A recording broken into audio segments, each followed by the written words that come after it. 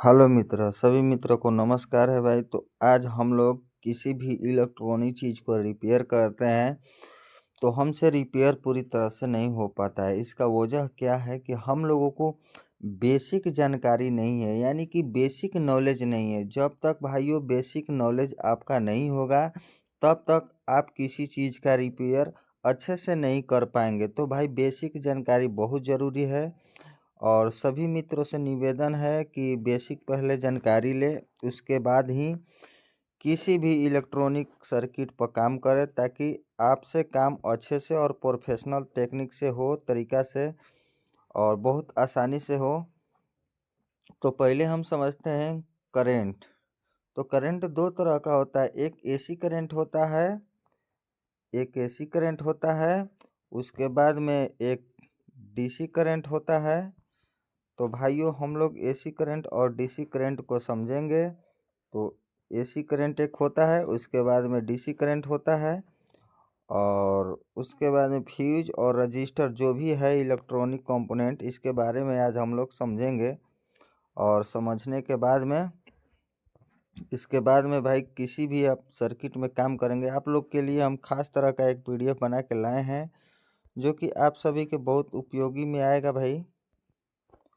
तो आप सभी लोग हमारे वीडियो में बने रहें और आप सभी को चलते हैं, अब शुरू करते हैं। तो एसी करंट एक तरह का 50 हर्ट्ज फ्रीक्वेंसी पर चलने वाला करंट है। जैसे में कि हमारा करंट दो तरह का होता है, एक एसी करंट होता है और एक डीसी करंट होता है। तो मान लीजिए सबसे पहले डीसी करंट होता है। तो डीसी करंट हमारा माइनस माइनस माइनस सीधा रेखा में चलता है डीसी करंट, और माइनस माइनस और प्लस प्लस सीधी सीधी एकदम रेखा में चलती है। इसमें एसी करंट हो जाता है जब इसको 50 हर्ट्ज पर आपस में टच करवाया जाता है। 50 हर्ट्ज पर यानी कि नैनो सेकेंड में 50 से 60 बार आपस में इसको ऊपर नीचे टच करा दिया जाता है, तो ये बन जाता है एसी करंट। तो हमने एसी करंट को भाई अच्छे से समझ लिए। और डीसी करंट होता है जो कि अपना सीधा रास्ता पकड़ के जाता है, इससे को किसी से मतलब नहीं है, सीधा सीधी रास्ता पकड़ के डीसी करंट जाता है। और एसी करंट ऊपर नीचे इसे आपस में 50 से 60 बार टच हो जाता है नैनो सेकेंड में, इसलिए इसको 50 हर्ट्ज फ्रीक्वेंसी भी बोला जाता है। जहाँ तहाँ आप भी देखे होंगे भाई, किसी भी इलेक्ट्रॉनिक चीज़ पर अगर आप सभी को दिख गया 50 हर्ट्ज फ्रीक्वेंसी, तो समझ जाइए कि यह करंट एसी पर चलने वाला है। और जहाँ पर वोल्ट केवल लिखा है और एम्पियर लिखा है, वहाँ पर हमको समझ जाना चाहिए यह डीसी करंट है। उसके बाद में आता है भाई फ्यूज। ये आया फ्यूज। तो भाई फ्यूज का काम होता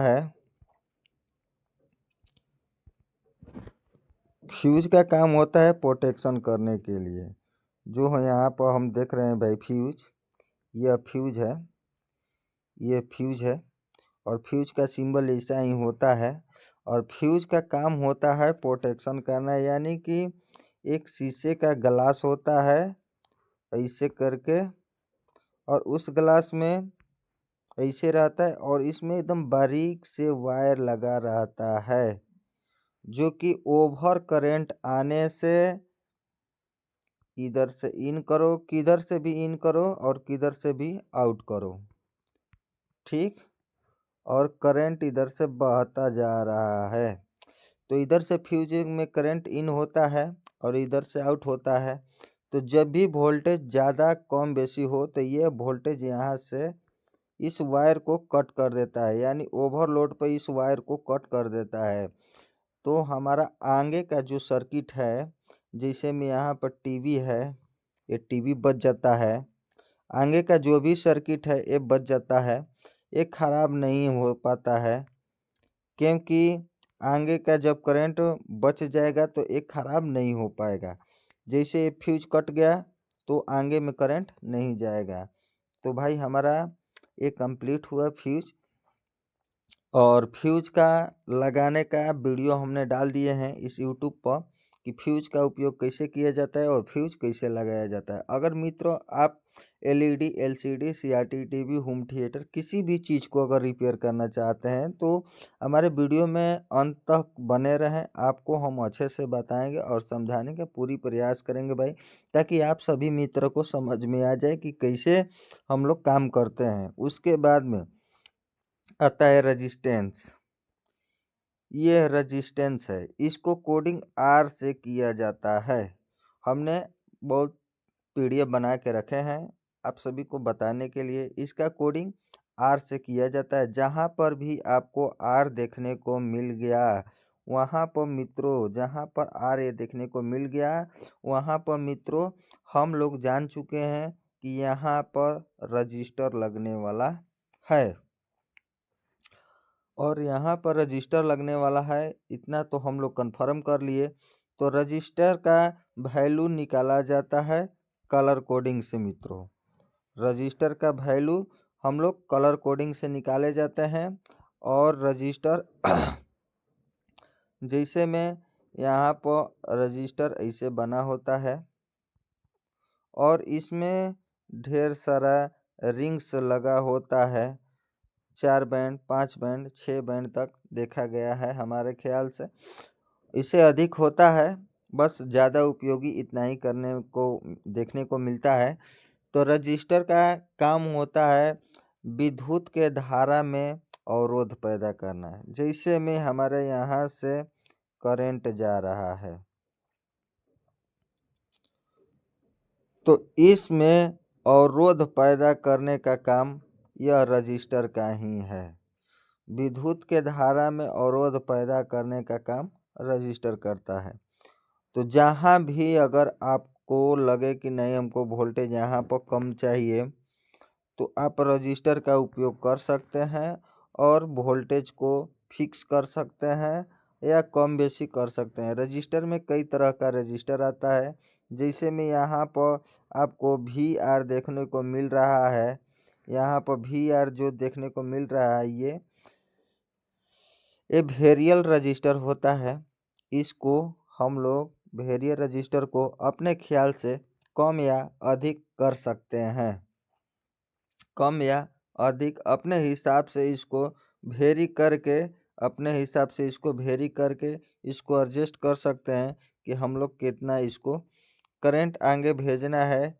इसके लिए आपको इसका नॉब दिया रहता है, इससे आप घुमा फिरा कर आप इसका वेरी चेंज कर सकते हैं। तो मित्रों आप सभी को समझ में आया होगा वेरियर रजिस्टर क्या है। उसके बाद में आता है थर्मिस्टर।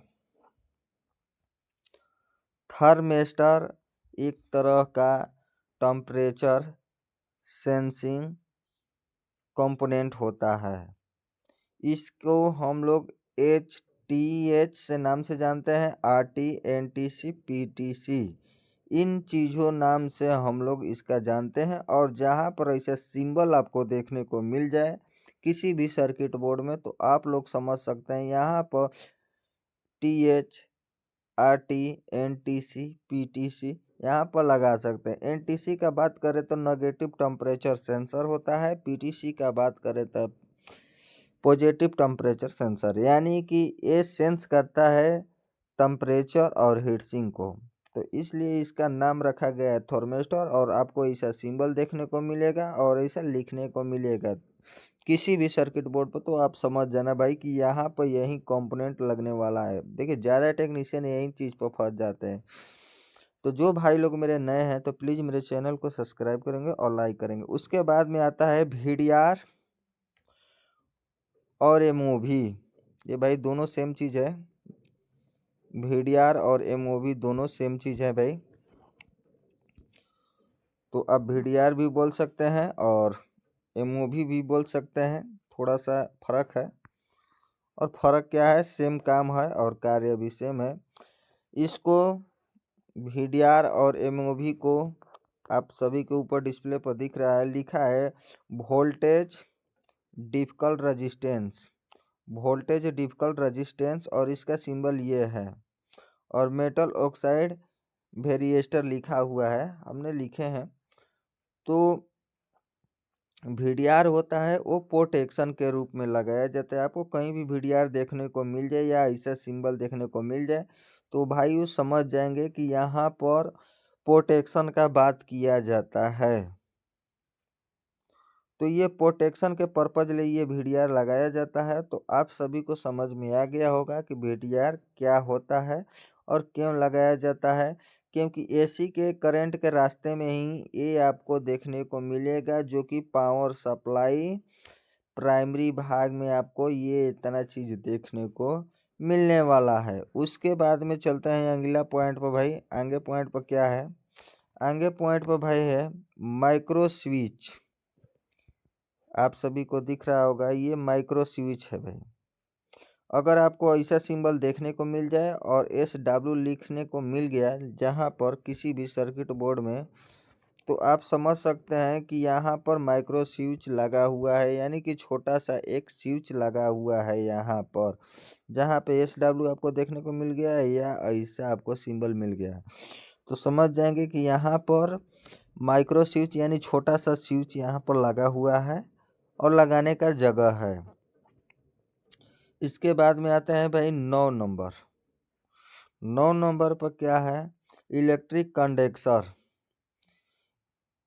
इलेक्ट्रिक कंडेंसर इसका कार्य है इस किसी भी करंट को अपने अंदर स्टोर करना, उसके बाद में धीरे धीरे उसको रिलीज करना। इसमें दो भाग होता है।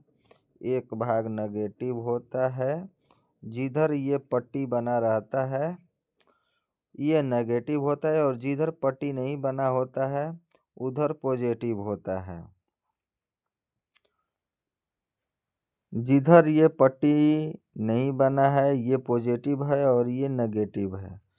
तो भाई ये अपने अंदर किसी भी करंट को स्टोर करता है। ये कंडेंसर किसी भी अपने करंट को के अंदर अपने अंदर करंट को स्टोर करता है और धीरे धीरे रिलीज कर देता है। उससे हमारा वोल्टेज में जो कि हलचल पैदा होता है वो बराबर से बहता रहता है, करंट बराबर फ्लो करता है, यानी एक तरंग में बहता रहता है, ताकि आगे के सर्किट में कोई दिक्कत कोई इशू न आए।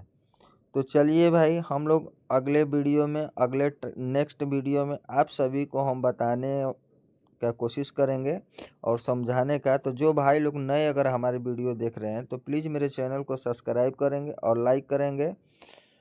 और परमहंस इलेक्ट्रॉनिक में सभी मित्र का स्वागत है। तो अगले वीडियो का इंतज़ार करें भाई, और अगला वीडियो आप सभी के साथ